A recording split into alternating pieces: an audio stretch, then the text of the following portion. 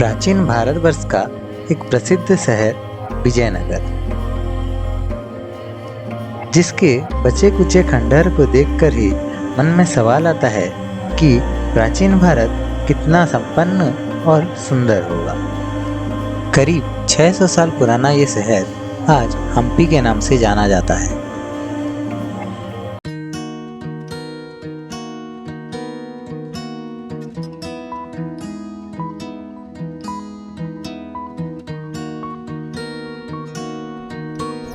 Hello everyone, welcome back to our channel. और आज हम आके हम्पी पहुंच चुके हैं और अभी हम जिस एरिया में हैं वो हम्पी का बाज़ार है। यहाँ पे जब हम्पी साम्राज्य जब अच्छे से चल रहा था वो टाइम का ये बाज़ार है, तो चलो देखते हैं।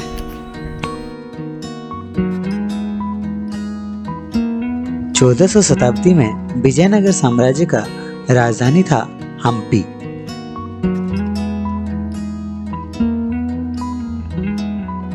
राजा हरिहर और उनके भाई बुक्का ने वाणिज्य क्षेत्र में हम्पी का नाम पूरे भारत में प्रसिद्ध किया था। उस समय दक्षिण भारत में भी हम्पी को वाणिज्य का राजधानी बोल के माना जाता था।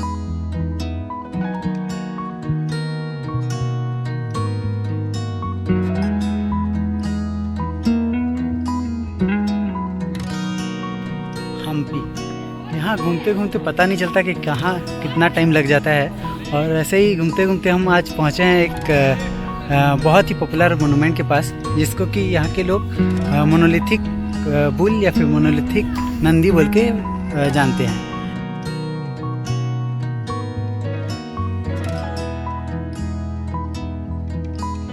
नंदी जी की ये प्रतिमा केवल एक ही पत्थर से बनी होने के कारण ही इसको मोनोलिथिक नंदी बोल के कहते हैं।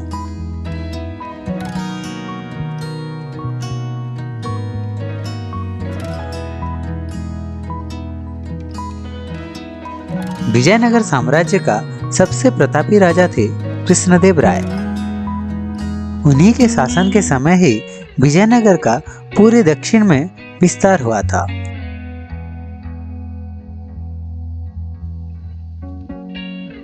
आज हम्पी में जो भी अवशेष देखने को मिलता है उनमें से ज्यादातर ही कृष्णदेव राय के समय के हैं।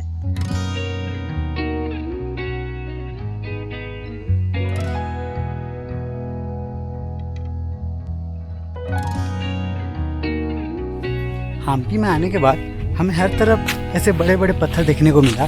तो यहाँ पे कुछ लोगों को पूछने के बाद हमें यहाँ पे एक बहुत ही सुंदर स्टोरी सुनने को मिला। ये हम्पी को पुराने टाइम में किष्किंध्या के नाम से जाना जाता था। आप लोग जानते ही होंगे कि किष्किंध्या में बाली और सुग्रीव दोनों ने बहुत घमासान युद्ध किया था। तो उस टाइम पे बोला जाता है कि वो लोग ये सब पत्थर एक दूसरे के ऊपर फेंके थे। तो आज भी लोग मानते हैं कि ये सब पत्थर बाली और सुग्रीव के लड़ाई के कारण ही इधर है।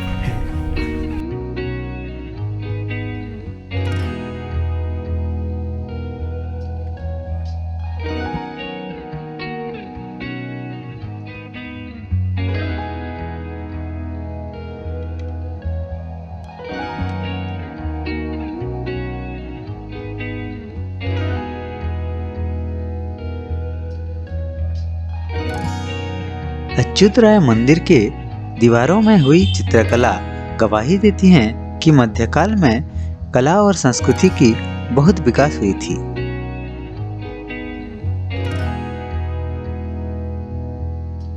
राजा कृष्णदेव राय खुद ही बहुत गुणी और कला प्रेमी थे। उन्होंने साम्राज्य विस्तार के साथ कला और संस्कृति को बहुत ही बढ़ावा दिया था।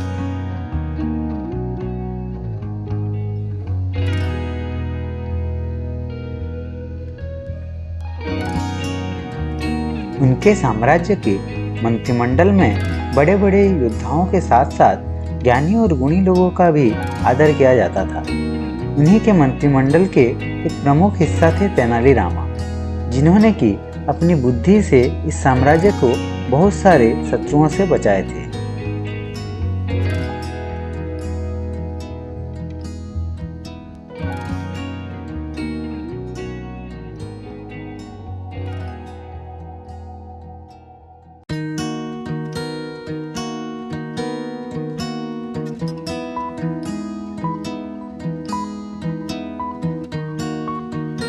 हम्पी के अलग अलग जगह पे बड़े बड़े पत्थर से बनाए गए द्वार देखने को मिलते हैं और हर एक द्वार की दूसरी तरफ एक अलग ही जगह में आने का एहसास होता है।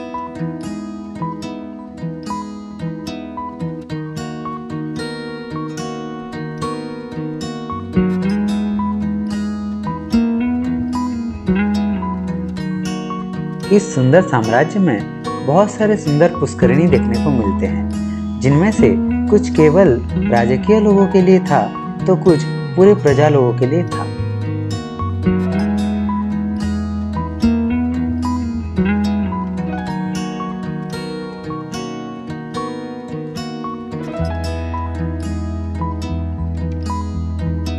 तुंगभद्रा नदी के किनारे ही हम्पी शहर बसा था।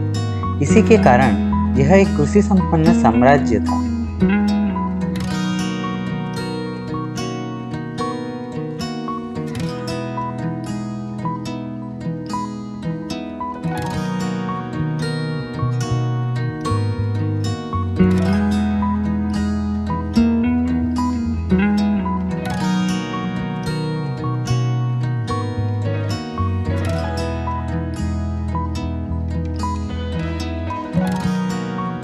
तुंगभद्रा नदी से कुछ ही दूरी में है यहाँ के सबसे पवित्र विरूपाक्ष मंदिर।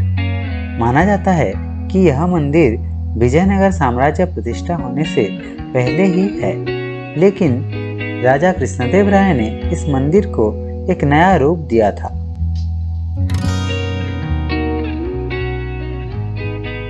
मंदिर के अंदर अवस्थित लक्ष्मी हाथी से आशीर्वाद लेने के लिए यहाँ लोगों में भीड़ जमी रहती है। मंदिर के दाएं ओर हम्पी का नया मार्केट कॉम्प्लेक्स है, जहां आपको होटल और रेस्टोरेंट मिल जाएंगे।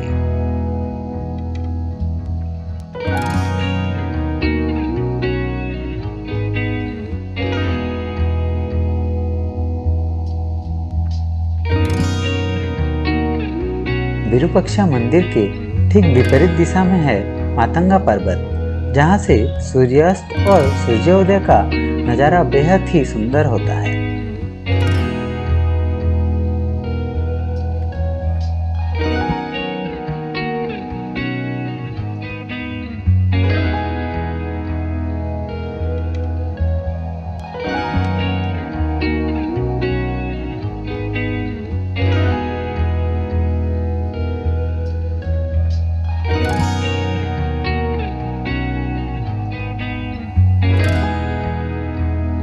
करीब करीब आधा घंटा के चढ़ाई के बाद हमें जो नज़ारा देखने को मिला वो शायद ही हम कभी भूल पाएंगे।